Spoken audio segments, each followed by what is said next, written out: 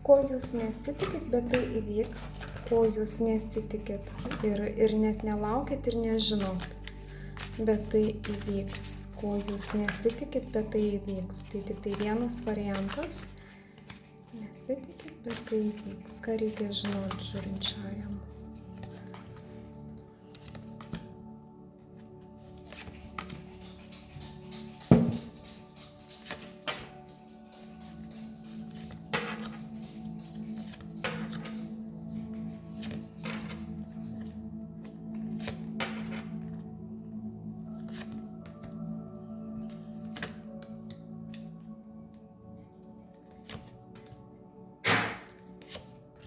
Tai žiūrėkit, ko jūs nesitikit, bet tai įvyks. Įvyks tai, kad jūs, tarkim, galvojot turėti santykį su kažkokiu žmogum, kur buvo nauja pradžia, bet visa tai sugriuvo.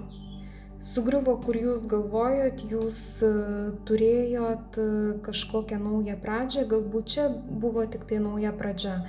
Ir tarkim, tas žmogus gali būti žemės ženklu, tai gali būti, tarkim, jautis, ar ne? Bet nebūtinai, tarkim, jautis, nebūtinai. Gali būti, kad tiesiog jūs su tuo žmogum matėt kažkokią bendrą ateitį ir tas žmogus galėjo būti toks materialus, stabilus, kalbantis bent jau taip ir bandantis užkariauti jūs. Tai bandantis užkariauti jūs, bandantis, ta prasme,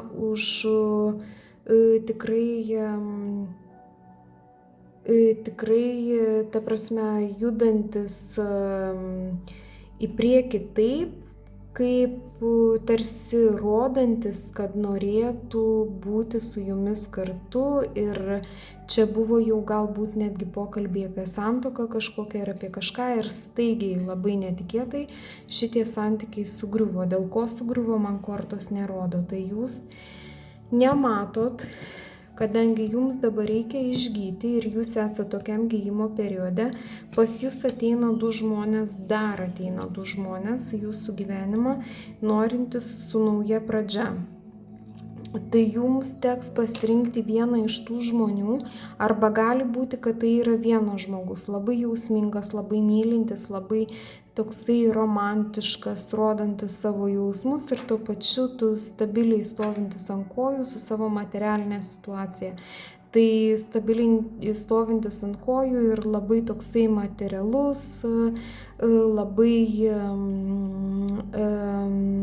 toksai mėgstantis gyvenimą, gerą gyvenimą, gerai pavalgyti, gerai apsirengti, kažkur fainai nuvažiuoti, tokį, ne šiaip kelionės ten, tarkim, gamtoje ir miegoti palapinėse, bet jeigu, tarkim, miegoti palapinėse, tai miegoti komfortabiliai, ta prasme, mėgstantis žmogus komfortą. Ir jisai norės naujos pradžios su jumis, jisai norės eiti į santykį, jisai norės transformacijos ir būtent tikėsis iš jūsų jausmų, iš jūsų ir savęs. Jisai ateis, galbūt jūs netgi tą žmogų pažįstat ir jisai ateis su žinute, būtent, kad jisai jumis labai domis, arba netgi jeigu jūs tą žmogų pažįstat, tai čia jau netgi gali būti jausmai.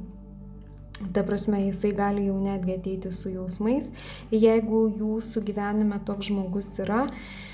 Nes taip irgi gali būti, kad jūs to žmogaus nežinot, bet jisai yra ir jisai, būtent tas žmogus yra labai arti jūsų, jeigu jūs ir nežinot apie tą žmogų visiškai nieko. Tai šitas žmogus po to sunkaus periodo, kur jūs išgyvenot ir jūs išgyvensit, nes jums tikrai, ta prasme, buvo labai sunkus etapas, čia irgi viskas labai, ta prasme, arba čia gali būti taip dar bus, dar taip nebuvo jūsų gyvenime, kad, tarkim, šitas pokalbis ar ten kažkokie jausmai, kur jūs tikėjotės, kažkokius santykius kūrėt ir kažkokios jau ir planai kažkokie buvo, tai čia gali būti taip, kad dar ir bus, tai tas žmogus jums padės išgyti, būtent po šito periodo, po šito sunkaus periodo. Tai čia gali būti ir ateitis, Vat būtent tai, ką aš pasakiau, kad čia jums kažkas sugriūs arba jau sugriuvo ir gali būti tai ir praeitis. Tai vat šito jūs nematot ir toks įvykis į jūsų gyvenimą ateina ir jūs šito įvykio nematot ir nežinot kol kas. Bet aš matau, kad jūs tapsit mylima moteris, jūs norėsit, tikrai jausit tą savo vidinį seksualumą, jūs norėsit rengti seksualiai, būti seksuali būtent tam žmogui, būtent nes jisai jūs jį pamilsit, tai bus jūsų svajonės išsipildymas ir jūs galvosit apie tai. Šitas žmogus ateis su davimu, jisai bus toks žmogus, kuris tikrai norės duoti ir gali būti ir mažos dovanos, ir kelionės, tą, ką aš matau artimiausių ateityje, tikrai nusimato, ir būtent šitas žmogus gali planuoti kelionę jums.